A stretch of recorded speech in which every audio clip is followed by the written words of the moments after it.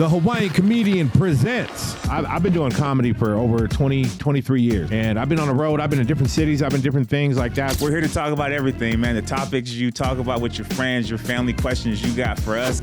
Twitty in the city. Aloha. Man, I get back from vacation. I got a treat. We got a guest. I got T.H.C to the right, left of me. No, we're sitting right next to each other like we're calling a basketball game right now. Yep. We didn't switch to sports, ladies and gentlemen. This is Twitty in the city. I'm Twitty. That's T.H.C. It stands for The Hawaiian Comedian. I'm not going to say that all the time because that's a tongue twister. It's really long. However, I'm on vacation. Right. I get back. T.H.C. is like, hey, for our next session, come hungry. And I'm like, okay. And I'm like, who is it? And he's like, I'm not gonna tell. I'm like, bro, I need to know who. No, you don't. No, you don't. You kept asking. I know you did, but you don't need to know. I do need to know. Because it's like if he was gonna bring my favorite piece of food. I want to know because if I can put in a request, I'm gonna put it in. I think I did though. You kind of did already. I think I did though, because I can smell it from here. I know. So we need to get them. I can smell it from here, so we can start eating. So, ladies and gentlemen, I've been excited. I've been so excited about this episode. This has been on the back. I've been more excited about doing this episode right now than I have than when we did our first episode. Well, fellas, that should tell you something. I've been doing a lot of episodes with him, and your first time on, he's more excited about. So, for those in the 208, Hoagland Meats is in the building. We have Chris, blue shirt, and we have Spence. Is it like a gray shirt? Like a grayish. Whatever. It can be whatever. Light gray is what we're going to call it. Fellas, welcome. Thank you for coming and obviously bringing a feast. Let's just get introductions out the way. We'll start with Chris. What is your exact title with Hoagland Meats? Yeah, absolutely.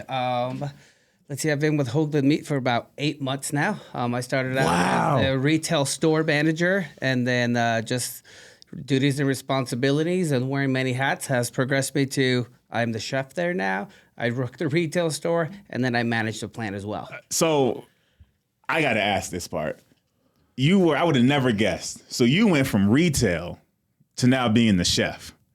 And I've heard you're not like a rookie chef. No, we heard you can get down. Yes, absolutely. I have over 20 years plus experience working.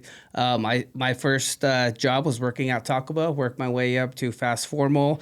I went to fine dining. I did some executive chef positions here in Boise, Idaho, Meridian area. Okay. Yeah, so I can compete with the best of them out there. Okay. See, and you know what? And that's I like how he started with Taco Bell. Right. Like, I like how he first said, I started at Taco Bell, because there's sometimes, you ever go to a Taco Bell and you're like, dude, that taco just tasted different than normally did. And then you cause headaches for us because we start chasing that taco and you are no longer there anymore. Yep. So they're not making them like that no more. You had a regular person. As soon as you left, they were like, I don't know what they did, but something's different. Something's different now. That's a special thing. You also notice how he titled retail first. Yes. But it's like, how are you this good? Oh, I got 20 years. It's like, you should start with that. You should start with that first. Not saying retail is not important. I would lay down the hammer with the chef part first. That's cool, man. All right. So Spence, we had a debate off camera. Yes. Is it legally Spencer or is it Spence? It's legally Spencer. Okay. We can be whatever, and honestly, most people call me Spence anyway, so it's okay. So we have whatever. Spence, legally Spencer, because I don't want mom or anybody out there getting mad like they were saying his name wrong. So there's somebody out there that said it one way and got yelled at by Spence. Yeah. I think if it was legally Spence, I'd have more problems with it. Gotcha. Fair enough. So Spence, obviously retail and chef. What is your specific title with Hoagland Meats? So my specific title is basically business management. So I deal with all the business relations side of it. Ooh. I sell mainly direct to businesses. So we do all the wholesale, all that kind of stuff, manage all the pricing on that end, and just build those relationships. Is that something you went to school, or was kind of like Chris had a background in, or was it kind of one of those opportunity presented itself and kind of figuring it out as you go? Or so how it started was when Hoagland started, they had actually just done basically processing, and they weren't really selling to anybody. They had a lot of processes going out to different restaurants, different programs. Right. Well, that cut, and they they decided, oh man, well, we got to start selling direct to consumer. Let's start supplying the valley. Right. And they just didn't know how to go about it. So they were going to farmers markets, doing things like that. And then they actually hired me through a modeling agency, believe it or not. And What's up? He just, and you know what's funny? You want to know what's funny? He just casually threw that in there. Casually. You know what I'm saying? I'm over here missing teeth in my mouth. He's over there and he's got nice pearly. He's like, yeah, they got me from a modeling agency. He snuck that in though real quick. just casual. So continue, Spence. So got done modeling. So they got us through an agency, and we were the only. Me and my wife were the only people working to this agency in the state. Okay. So they got a hold of us. And we gotcha. started running with them, doing some markets, some farmers markets, stuff like that. He called me and said, "Hey, this is the program we want to build out. Can you do it?" I'm like, "Yep, let's do it." Yeah, let's and do so it. from there, we built out the website. Worked hand in hand with them on getting all the processes, all the original boxes, all the different options built out. And then I've just been with them ever since. And So you've had a hand in literally everything. everything, Just which about. helps me sell everything because I know all the processes Yeah. for all of it. But also, we just decided to make a big shift from retail direct to consumer. Yeah, which is what I like wholesale. about you guys, which by the way, we had a debate about this. It's Hoagland Meat, no S.com. Don't put the S. Don't put the S. HOAGLANDMEAT.com. And as Spence was saying, you guys have several different variety box packaging. And I like how you word them for the time of year. Like there was one that was called like a burnout box. There's a grill box set. For somebody who don't have a lot of knowledge of, I guess you would call it meat lingo or the correct terms, I like the terms that explain to me what the vibe and what the mood is. So my question for you, Spence, is that something you did on purpose? Because to know that not everybody might know the specific names, or what was behind how you name these different box packagings or things of that nature? You know, originally when we started, we just wanted to go off quantity and we pictured like, if you're buying this box, is this a family thing? Is this a 2-person thing? Like how big of Right. this? And then it got to a point where it was like, hey, most people are actually seasonal cookers. You know, you don't see a lot of people out there on the smoker in January, December. And so we're like, I would this will help disagree. a lot. I grill right in front of my garage when it's snowing. Yep. You're not listening. He said not everybody. He didn't say no one. No, I got you. I was just throwing my hat in the ring. Right? You speaking up for that 10%. You're like, that's us. right. There's a bunch of us out there that do that. And yes. Got you. Right in the middle of the snow. Yeah, no, I like that. That's awesome. Okay. I'm going to go to Chris, Mr. Retail, but 20 years of chef experience. Nobody's going to talk about that. You have 2 types of meat for us. And me and T.H.C. were talking about this. I want you to geek out on the prep for this meat. Did you prepare this? I did not prepare today. Today was a processing today, so I was needed at the plant. So That's Spencer important. took over. But I have Spencer has seen me cook many a great meals at his house before, so I have taught him. So you followed. Yes. He comes and cooks at my house, and Yes. it's amazing. I hope so. He's the doggone chef. Yeah.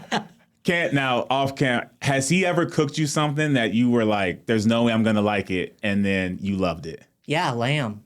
Really? You know, that's the number one. That's the number one thing. It is, though. There's definitely a lot on how to cook lamb. Yes. Because places I go, there's certain, I'm like, nah. Yeah, And some there's of them get others. them right, and a lot of them don't get them right at all. Is that easy for you, Chris? Now, or would you say was that one of maybe the toughest types of meats? Without giving away any of your secrets. Yeah. No, lamb has a certain flavor profile that you have to adapt and make general for everybody. So the key to that is using notes and flavor profiles and bodies and depth and textures to complement that around the essential flavor of lamb, because lamb is a very unique flavor. Gotcha. So definitely you want to cook it whole, not if it's going to be just for 2 people. It's rather to have 4 or 5 plus. So then you're not. Is there any kind of seasoning you should stay away from when you are preparing lamb? I am not a stay away from type of seasonings. It's brave and adventure to go out there and explore new flavors. But I mean, is there nothing? There's nothing like this. You just when somebody puts it on and you look at them, you go, You would be surprised because the contrast of sweet and savory and how each one of those can be construed in so many different ways. Yeah. You'd be surprised what would actually pair. That's fair. That's fair. So one day somebody's just sprinkling in cinnamon. Yeah. And just go and you're like, and then you taste it and you're like, why have we not been putting cinnamon on this the whole time? Exactly. I'm not doubting Chris. If he says it can work, It can work. it can work. It can Yes. work. That man was at Taco Bell. Taco Bell. I guarantee you, he was Bell. putting, he was from putting the bottom. Now we're here. He was putting something in that sauce or seasoning that he wasn't supposed to, but that's how he had that 11:59 midnight crew coming in. Yeah, I was one of those. Not here, but I had a Taco Bell in Virginia at midnight. Had to go get me that crunch wrap and them 2 soft tacos. Something different about them. All right, so we gotta. Are you gonna cut? How are we gonna? Yeah, I'll have him serve while I am explaining what is going on here. He's got to explain, Yeah, because you got to explain. You got to explain like how this was prepared. I went with 2 cuts of meat today. I went with the ribeye because any steak lover who knows their worth in steak is about the ribeye. Okay, the ribeye is going to be your most flavorful cut just because of the marbling or intramuscular fat is what they call it. Intermuscular fat. Intramuscular fat. That is what you are looking for when you are looking for a good ribeye. Is that marbling? Okay. Thickness is also another one. I personally enjoy the 1 to 1.25 inch, 1.5 inch if you're getting crazy with the bone, just for cooking purposes. Okay. The thicker the steak, the harder the sear that you can get on the outside of that, which is going to just create so many flavor profiles for you with the Maillard effect by, caramelizing the sugars in the steaks, which brings different notes and different layers and depths and profiles in what you are tasting. And then I went with a lesser known cut, which is going to be the second most tender steak on there, the filet being the number 1, which is going to be your flat iron steak. Okay, with the new processes and everything going on, and with cattle getting bigger, this is a muscle that now within the last 20 years have actually become really popular. It is actually the muscle that it comes from the chuck cut. So say I was a cow, it would come from your shoulder, and it's a long muscle that comes from the chuck. It's about 4 to 5 pounds. But once you break it down into steaks, you're only going to get 4 8-ounce steaks off that muscle. So it's a very highly priced cut of meat that you have to work for, but it's worth every penny. So when you're saying work for it, you're talking which state of work? Are you saying just from the process from start to finish, or from the, because you just said you were in the absolutely. The production, which is why you couldn't cook this today. But Spence did a good job. It looks amazing. It better be but the process of removing that muscle from its entirety is a lot of work, because there obviously it connects to other muscles, so there's going to be a lot of connective tissue, a lot of silver skin, a lot of intramuscular fat that you want to get rid of, some possible mole skin on top of that. That is a term that I use for a piece of meat or membrane over the meat that you can't cut with a knife. So if you can't cut it with a knife, you're definitely gonna cut it with your teeth. You want to make sure so you remove all that. Yeah. And then basically there's a huge vein that runs right through the middle of that. So you want to make sure that you remove that. Once you do that, you're left with about 2 1-pound pieces. That's Square why those it's off. valuable. You cut them off, and so it's between 2 muscles. And that vein in its side, it's going to have so much moisture. And it's tender because muscles that aren't used very often are tender.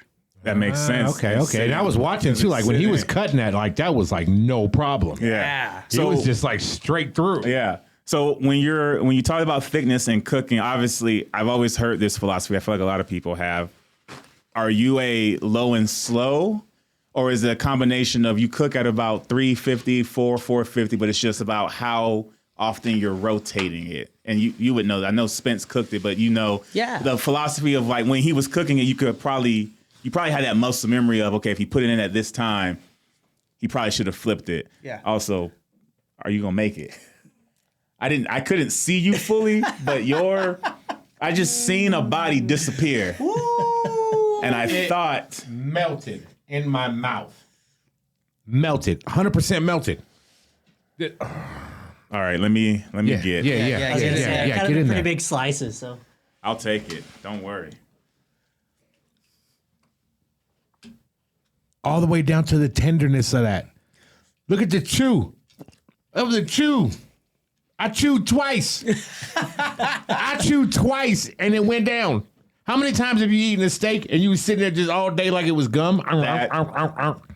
That is stupid. That is stupid in a good way. Wow. No pun intended. Holy cow. Even the fat. So, okay. So I'm a take fat me eater. I like the fat. Take me through this process. Mm-hmm. When you're cooking this, let's go with the ribeye first. Okay. You're Perfect. going, get your temperature. I'm gonna just say how I would have imagined it. And you let me know right, wrong, totally off the game. Yeah, This is absolutely. why you're the expert. So when I'm cooking steaks or ribeyes, I go anywhere 425. Once we get to that temp, I'm on one side for 3 to 5, and then I'm on 3 to 5 for another, and I completely turn my grill off and I put it on the rack and I let it rest, still in my my grill for another 3 to 5. Yep. So that is usually the way that you can't go wrong. Gotcha. Doing it that way. You are there's a lot of variables when you're doing that. What cut of meat are you using? We're going to go with this ribeye. Okay, Yeah, ribeye please. is going to be is one of those that has a lot of versatility. It's best eaten medium rare, medium at best. This is definitely not a low and slow kind of steak. Okay, this is definitely a hot, a sear. Boom, flip it over. Boom, let it rest.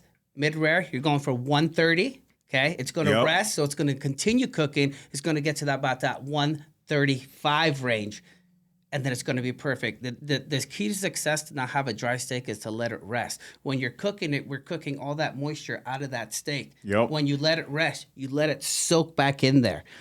So it's super important. You could do it most ways. I like cooking mine on a cast iron skillet. Yep. Okay, you take that cast iron skillet, you put it on that super, super high level to where you see the pan smoking. You throw some butter on there, salt, pepper, garlic, thyme, and rosemary if you're into that, and you just sit there and you just baste it, and you baste it. So you're literally marinating the steak where you're getting that hard sear on the bottom. Okay. Boom, flip it over after 2 or 3 minutes, okay? Boom, put another hard sear on this. Now, at this point, your steak is going to be about rare.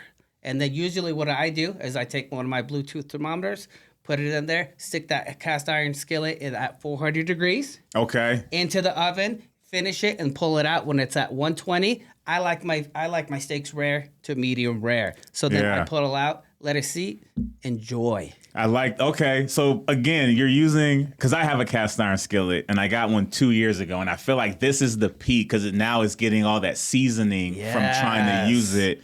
So you're going with really the cast iron skillet is making it look good on the outside. Absolutely. And that 400 in the oven is where the deed is getting done, the finishing That's right. touches. Absolutely. I'm feeling hella educated right now. Dude, I ain't gonna be able to I pull found this out off. just by listening to Chris. I found out I've been doing it all wrong. Same. Like all wrong. Same. I've been sitting there. I'm like, oh, pour butter on it. Maybe that's what it'll do. Maybe just pour butter. And I haven't used a cast iron skillet, but now I have a brand new one too. So I'm gonna start using that. Yeah, So when you're that saying cast iron skillet, you got to make sure you season it first. Okay. You got to season it, so you got to make sure you rub it down with your choice of oil that you would like to use. Yep. I would stay away from seed oils, but beef tallow is probably your best bet. You get it in there, you stick it in the oven at 350, you season it for 10, 15 minutes, you pull it out, you season it, you put it back in there, it's seasoned. yeah, Ready to Don't go. wash your cast iron Nope. skillets. Oh, my grandma, she is still alive. Grandma Katie Marie Green. She's had a cast iron skillet. It's as old as I am. And I remember in high school, I went to clean that thing. I thought she was going to kill me. Oh, yeah. Because it was in the sink. That's a whooping time. And right there. I took that Dawn dish soap and I just heard a yell and a slap of the hand. And she just looked at me and she was like, don't you ever in my kitchen, your kitchen, somebody else's kitchen, you don't ever put soap in a cast iron skillet. That's right. And she was like, you're getting ready to destroy my hard work. And I'm like, it's a cast iron skillet. But now that's all that seasoning because she didn't have to put nothing in it. She just turned it on. You just start seeing bubbles. Yeah. Yep. And I was like, I thought she was putting butter in it, but little do I know it was just 23 years of seasoning already in there. So I know that rule. I almost died. And this was cooked cast iron, right? Yep. Okay, so is that your go-to, Spence, as well? Yeah, especially for steaks. Yeah. Yeah, Gotcha. we actually have like 3 or 4 cast iron skillets, different sizes. So depending on the steak. The steak and the boom. size. Yep. So I also noticed, I don't see as if there was a lot of seasoning on this. It's simple recipe or just a... that it was mainly because if you want to actually taste the beef. Now, Right. I'm a seasoning guy. I love seasoning. But before I cooked it, I talked to Chris. Chris said, just salt and pepper that baby. Throw some Salt butter and in there. pepper. Get it done. And that way you can actually taste the beef rather than just Taste the seasoning. beef. That's So, right. It looks like there's no seasoning. I feel like I'm tasting 15 different types of seasoning, which Good. is I'm tasting the beef. That's right. Which I'm learning because I used to be a sauce person, and I'm sure Chris is about to look at me like we can't be friends. But I'm starting to learn when you have good meat, you're paying for that. Yes. So don't add anything to it. Don't need sauce. right. Yeah, don't need sauce. You just need salt, pepper, and then I use what is that? It's not. I think it's Kinder. Barbecue sauce? No, it's a seasoning. Starts with a T or a K. I can't remember, but I just use 3 things: salt, pepper, and that, and it's very little. Yeah. Yes. And the more I started trying to learn to cook meat, and it's like it's just paying for the meat, so just cook it and let it do the rest. Right. I don't know if they can see it at the house, but like, Oh, that's Like, a pretty pink too. look at that. Yeah. I mean, that's like perfect. That is pretty pink. Look at that. That's pretty pink. Perfect. So- and it's not Now, bleeding. Chris is It's the not. man on this, but whenever anybody asks me, because everyone, especially if you're selling direct consumer to people, they're always asking, how do you cook meat? I say the first thing you need is to buy a meat thermometer. Get that. Yeah. Once you do that, you can run it. Yeah. So, So I'm gonna give Chris a break. I'm sure he's loving this. I got so many other questions, but I'm gonna get to you, Spence, on. So when it comes to this whole process and what is separating, and maybe Chris, you're a part of this because you said you couldn't cook this today because you were actually out. When it comes to what is separating Hoagland Meat, aside from being local and the cattle being here, any like how you're feeding the cattle, is there a specific? Is it just it's real natural, more of a simple process? They're not really going through a lot. Take me through that process because my wife's grandfather is a rancher. And so I'm slightly learning what separates his cattle as well. He's up in Cambridge, Idaho. Okay. But I'm starting to learn a little bit about that, how to feed them, why you feed them, even to whereas what part of the field they're in for a certain part of the day. So I guess I'm kind of getting at is the process of what determines that beef is right and ready to get handed over to Chris. yeah, so there's actually a couple different things, and we'll just keep it super basic. But basically, the difference between what we do is we work with local ranchers that do a pasture-raised or a free-range product, meaning they are not on a feedlot their whole life. Okay? Okay. So that's going to be a big difference. We're not using artificial hormones, anything like that, to just beef that thing up. We're not trying to add any excess weight. The other thing is, even though they've been grass-fed their whole life, from pasture or free range, we do a grain finish, typically the last 30 days. That's going to add that marbling.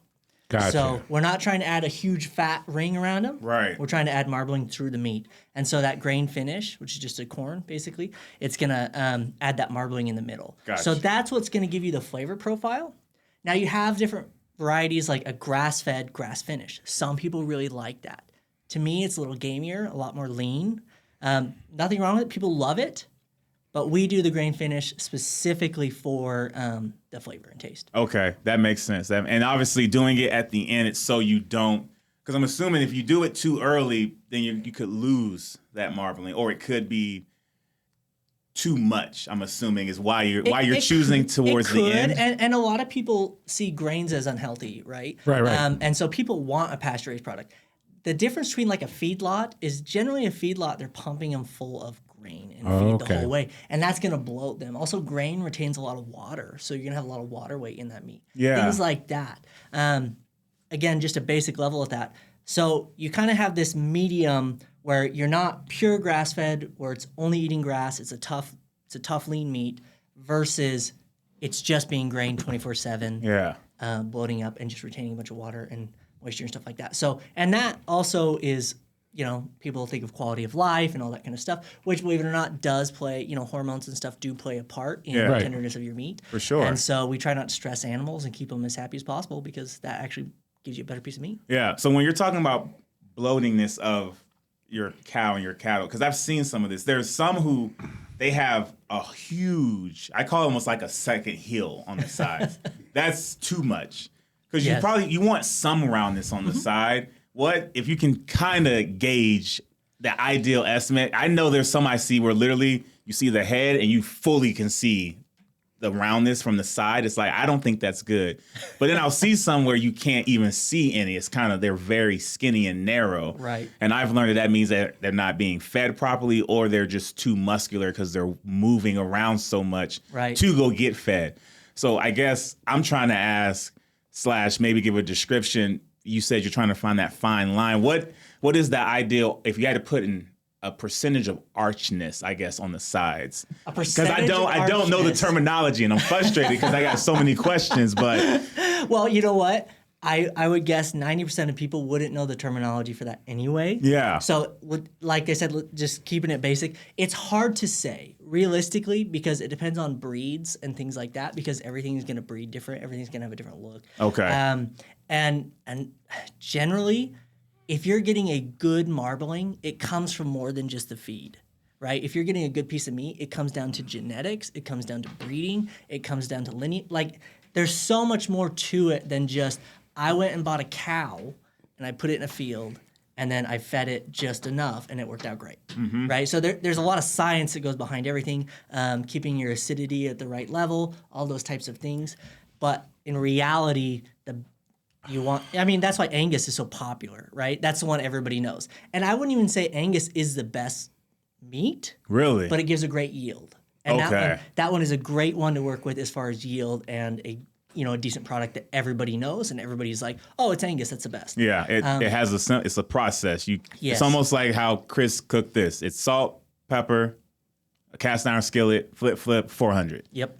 You know. So Chris, during this process, are you at all out there as well to, I don't want to say monitor, but kind of like picking them out? Yeah. Like picking out like that one. That one needs to be out here a little bit longer. Not just like picking out like in a sense, but because I would imagine for somebody with your knowledge, you want to know where that cow or that cattle, what's their process has been like. So, as you were saying, when you're pulling out and getting it down to the nitty gritty, you know what you're dealing with. Or is that just they give me what they give me, and then that's my job is during that to figure out based on how it looks and how it was frozen, where I can go from there? Well, you can go a lot of ways with this. So usually what we like to do is we like to surround ourselves with like-minded ranchers who share our same morals and integrities that we do.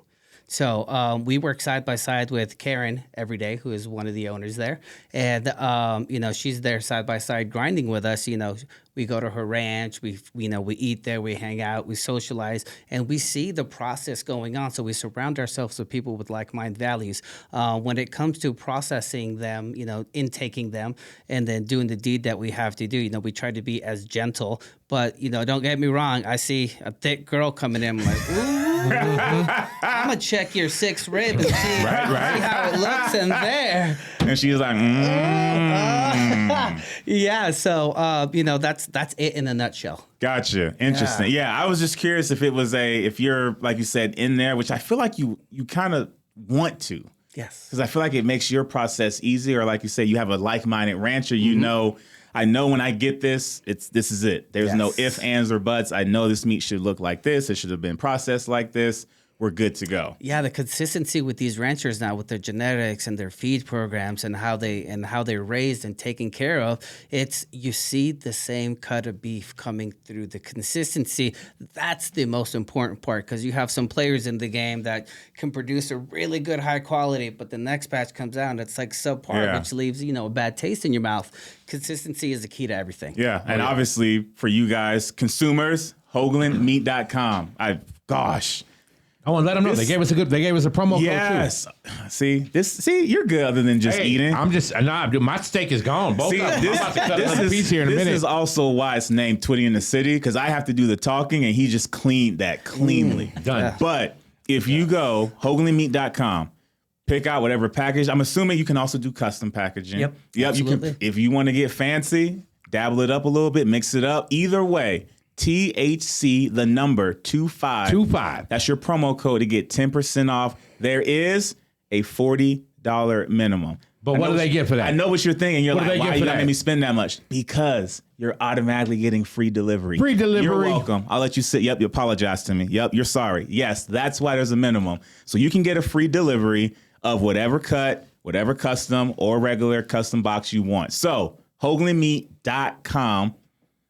I can't even explain to you the list that is on that thing. I'm ready to buy about one every box every other month. And we got Spence in here. Like now, was this something that I heard about? We can't order outside of Idaho. Right. So currently you cannot. I heard currently. That's what I heard currently too. That's what I wanted to hear more of. So, in the future, obviously dreams go big, right? So Correct. We want to go across the country, but the whole idea is local meat for local people, and that's always been our phrase. And so the idea is that community takes care of that community. And what we really believe in is Treasure Valley ranchers taking care of Treasure Valley people. Now, to like say that. this program is we want to grow it across the country, meaning everywhere we take this, those people take care of their own communities. The idea behind it is you're keeping money right here. You're working with the people right next to you. And the cool thing is, if you were going to make dinner for your neighbor, you'd probably do a better job than if you made dinner and sent it across the country and you didn't even see who got to eat it, right? Right. I like that. And so you do a better job, you're more responsible, and you just create a better product for the people around you. I like that. So necessarily it wouldn't be putting strain on the cattle, but also the ranchers. If you're like, hey, we're going to start producing in Arizona, I don't need you to make more. You still take care of the Treasure Valley. So then what? Yeah. So yeah. But you'll go down and find The ranchers Arizona there. ranchers with the same Gotcha. Idaho rancher philosophies. Yep. Got it. I like that though. And then they're in-house. So even though it's Hoagland Meat, but it's from an Arizona rancher, or it's from a Utah rancher, or Yes. it's got it. Because our whole idea is not to be the ranch and the processing plant, right? Like, we can't do it all because then you just turn into a feedlot. Or a plant. Correct. Because that quantity would just be massive. Right. And then that's where you get at what Chris was saying. You And might then Chris have goes one back month- to Taco Bell because Chris is like, nah, I'm about quality here. If you guys are going to skip on this quality, I'm not here no more. But that makes sense though, because you don't want to have this much range on. You go somewhere and you're like, man, that steak was hidden. And then you think you got same ounce, same brand. You cook it the exact same way. And for somebody like me, you might think it's the user. It's like, why did I cook that one that way? And I thought I was on the same level as Chris, but I got the same steak I thought, and now I'm over here feeling like I'm an 8th grader. Correct. It's sometimes it's the quality of the meat. Right. Sometimes, and not the user. I mean, sometimes we can be wrong, but Most of the time, I think we could be wrong. I really don't blame ranchers. I know ranchers and chefs. I know you guys know what you're talking about, and I know some of us food critics, but I would say most of the time, we're the wrong ones. We are the wrong ones, but you know how you can easily isolate and get the rancher out of the way is if you get it from Hoagland Meat, because we just had this conversation. 100%. You know what you're 100%. getting. And you know how I know. Look, like I had taken I cleaned this plate, by the way. And the thing is that usually when you eat a steak, when you get down to the end of a steak, because it's gotten a little bit colder than it was when you first started, or it got a little bit, this thing stayed tender all the way through. This is still good. I even waited a little bit, let it sit for a second, came back in it, still had the same taste, the same pop, the same everything. This is fantastic. Yeah, this is now. And you can save 10% warm. right now. That's still good. You got to wrap it up. I'm eating. I got to wrap it up? Mention the code. Do something. You got. I'm gonna grab another piece of steak over here. No, you can. See how he you do can me? if you go to Hoagland Meat, and that's MEAT, not meat. No S. HoaglandMeat.com. You go down there. You use our code THC25. Get 10% off your order. Any order over $40. You want it? $40. You want to go more than $40? Tell them why, Twitty. Because you get a free delivery. Delivery. You could get Spence. Do you do some of the deliveries? You know what? I try not to, but sometimes I do. Hey, you see that face? He was a model. You see that modeling face coming up your driveway. They did find him at the agency. Yep. That's where they found him. You see Chris in your driveway. You know that person. How about this? If you're a neighbor what of it was? somebody and you seen that face, they've been getting Hoagland Meat. They was trying to hire him for a commercial. That's what it was. And then when he came on, they just said, you know what? He's just a great dude. We should just keep him. Just keep that face. And then Chris was in the back like, I came from Taco Bell, man. You can make it here. Yes. Come on, Spence. Come on. Then they've been best friends ever since. I like that. Again, HoaglandMeat.com. Treasure Valley 208. For now, local meat only. If you know local ranchers, they might be serving you. So you're helping them, which is helping these guys help the ranchers. It's all about being local. I'm pretty sure that's why THC went and talked to these guys. I did. We're about local. Again, I need to finish this. It's going to be good even if it's frozen. Chris, Spence, thank you guys so much. This isn't the last. No. This is not the last. This is not. In fact, Twitty and I was talking about a little segment that we wanted to do. Like we're so thankful that you guys brought the ribeye. But maybe you guys had something, too, that you can bring in. Maybe some brisket or something like that. Because we want to do a little segment with you guys if you guys ever want to come back in again. And we're going to call it the Meat Sweats. Yeah. We want something that where you guys come in here and you're like, no, try this. Because right now. Which one are you on? You on ribeye or you on? I respect Chris. I don't know if there's anything else that'll get me off the ribeye. That he cooks, that's where I'm at. So I know this ribeye's man on there? I know this man can cook. Okay. But I don't know if he's gonna get me off the ribeye. I don't know. The way he talks, the way Chris talks about how he can put that down. In fact, no. What a skillet, dog. No, but we don't even have to hear it. We don't even have to hear it from him. Spence will let us know. Like that's true. Any chef that doesn't need to do any of his talking knows what he's talking about. That is true. 100%. The fact this man is dangerous with just a skillet and salt and pepper. And now I know how to get my skillet ready. I got to get my cast iron ready because I was just throwing it down like, where's the oil? I was doing it all wrong. We got a long way to go. Luckily, we got Chris and Spence. Again, HoaglandMeat.com. Pick out your package, over $40. THC, the number 25. Get that 10%. Guys, thank you so much. Thanks again, you guys, for coming in with us. Absolutely. This is Twitty. That's THC. Aloha. And Spence. And Chris. Get it wrong. Chris, we're out.